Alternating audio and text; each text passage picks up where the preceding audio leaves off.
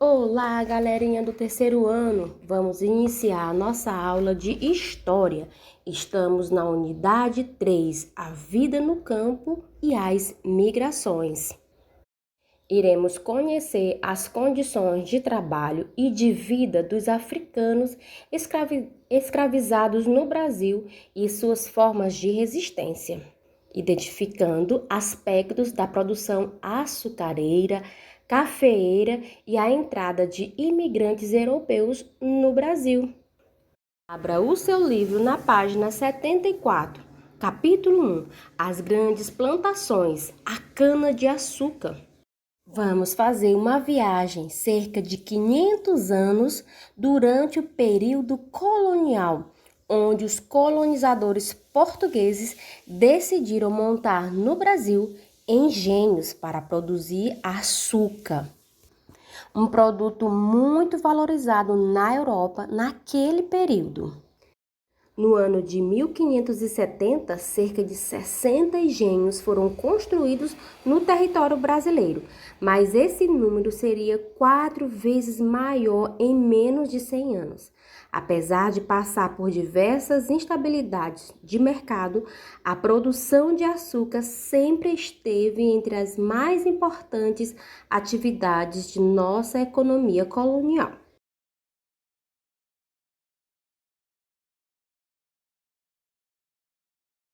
Brasil nos tempos da cana-de-açúcar. O engenho de cana-de-açúcar no Brasil. O engenho de cana-de-açúcar foi a base da economia do Brasil colônia. A dinâmica social vigente nos engenhos coloniais exerceu forte influência na formação cultural do povo brasileiro. O açúcar era uma especiaria apreciada pela nobreza europeia. Nos séculos XVI e XVII, foi o principal produto de exportação da colônia portuguesa. O sistema de produção açucareiro dependia da mão de obra escrava.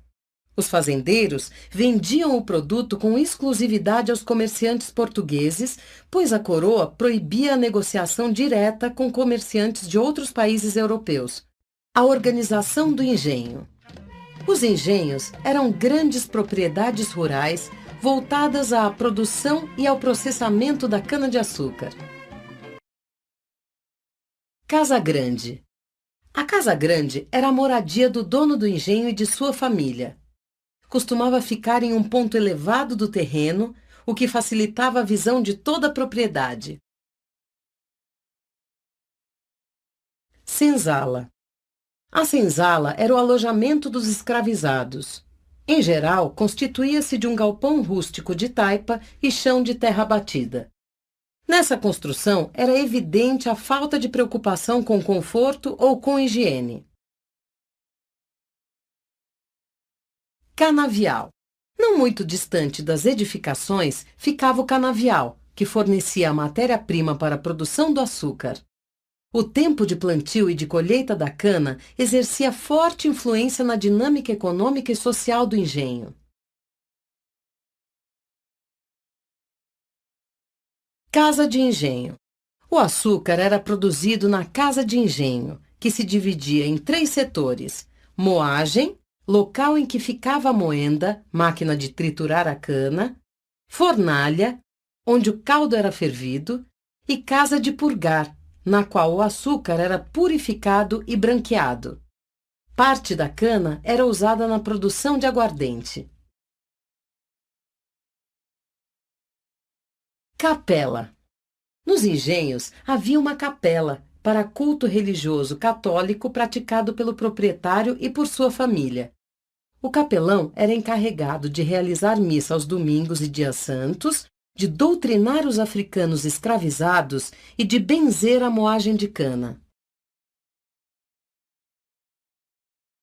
Pelourinho. O pelourinho, coluna feita de madeira ou pedra, era o local em que os cativos rebeldes eram castigados. Roça. As roças de mandioca, feijão, arroz e milho eram destinadas ao consumo dos moradores do engenho. Rios e matas. Os engenhos eram construídos perto dos rios e das matas. A água era essencial para o funcionamento da moenda. A lenha era usada para abastecer as fornalhas, local em que o caldo da cana era fervido. Os tipos sociais. Manter um engenho era um trabalho árduo e envolvia muitas pessoas. Conheça aqui as principais personagens dessas antigas fazendas do Brasil Colônia. Senhor de engenho. Dono da propriedade, o senhor de engenho tinha autoridade e prestígio. Seu poder extrapolava os limites do engenho e influenciava a vida política e social da comunidade. Escravizados. A principal mão de obra dos engenhos era a população negra vinda da África. Durante todo o período colonial, esta população escravizada sustentou a produção de açúcar em engenhos em todo o Brasil. Mestre de açúcar. O mestre de açúcar, ou banqueiro, era um trabalhador livre, bastante valorizado, que comandava as etapas de produção do açúcar. Feitor-mor. Era o administrador do processo de corte e moagem da cana. Ele recebia as ordens do senhor de engenho e repassava-as aos cativos e a todos os trabalhadores envolvidos na produção de açúcar. Feitor. Sua função era a de vigiar e punir os trabalhadores escravizados durante o trabalho ou após as fugas mal-sucedidas. Caixeiro. O caixeiro era um trabalhador livre e assalariado. Ele era encarregado de pesar o açúcar e o comercializar. Era um homem de confiança do senhor de engenho, porque cuidava do livro em que eram registradas as quantidades produzidas e vendidas. A produção do açúcar. O processo de produção do açúcar de cana era trabalhoso. Ele era dividido em duas fases: de cultivo da cana e de produção do açúcar. O solo de Massapé não exigia o emprego de técnicas sofisticadas de cultivo. O plantio e a colheita da cana eram feitos manualmente. Os trabalhadores escravizados usavam instrumentos simples como enxada, foice e facão. Na casa de engenho, a cana era moída para a extração do caldo que dava origem ao açúcar. A moenda, máquina de moer, era movida por pessoas, animais ou por uma roda d'água.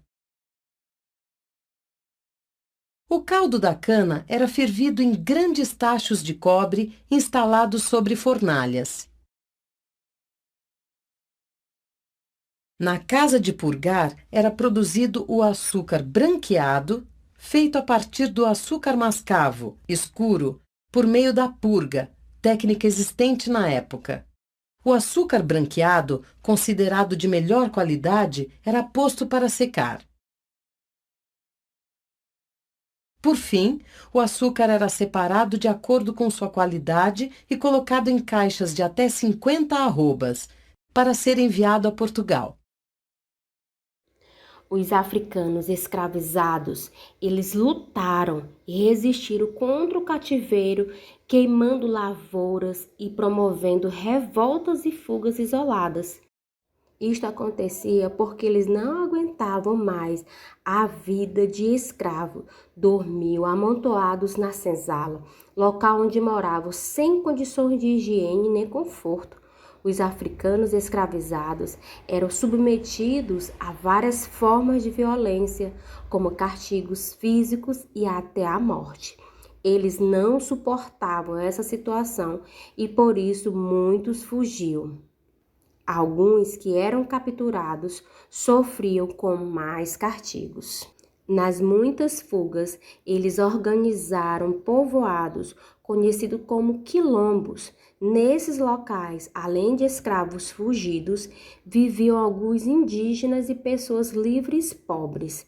O mais conhecido e um dos maiores foi o Quilombo dos Palmares, criado há mais de 350 anos, na Serra da Barriga, no estado atual de Alagoas. Palmares existiu por cerca de 90 anos, até ser destruído em 1694 por uma expedição de bandeirantes. Vamos fazer a atividade, página 74, primeira questão. Por que o governo português resolveu cultivar cana-de-açúcar no Brasil?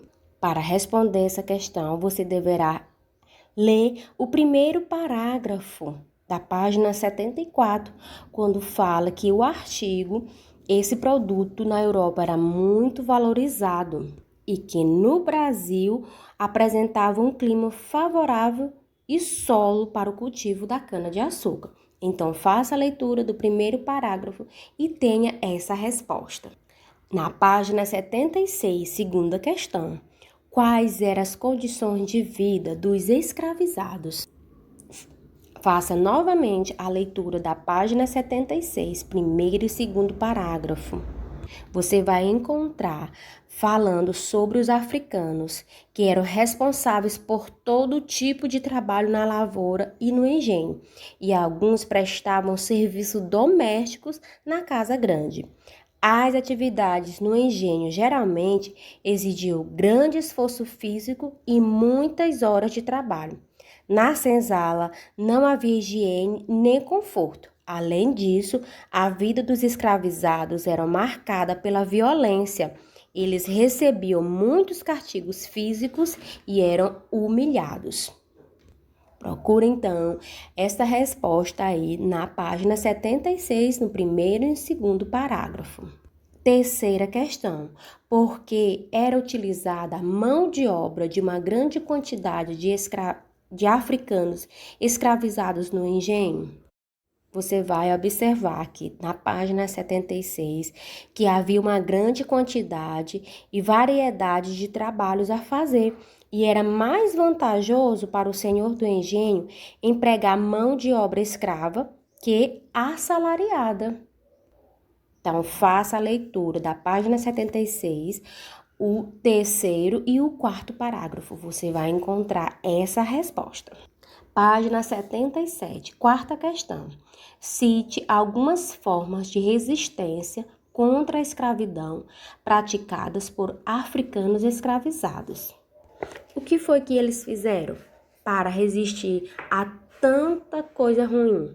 Eles queimavam a lavoura, promoviam revoltas e fugas isoladas. Havia também a fuga de grupos de escravos que depois formaram povoados organizados chamados quilombos. Você vai encontrar essa resposta na página 76, no terceiro parágrafo. E na quinta questão, observe a imagem desta página e responda. Trata-se de uma construção de mais de 300 anos ou uma construção atual? Se você observar bem, esta é uma construção atual. Observe na legenda que tem a informação daquilo que você precisa para responder essa questão. Agora é com você.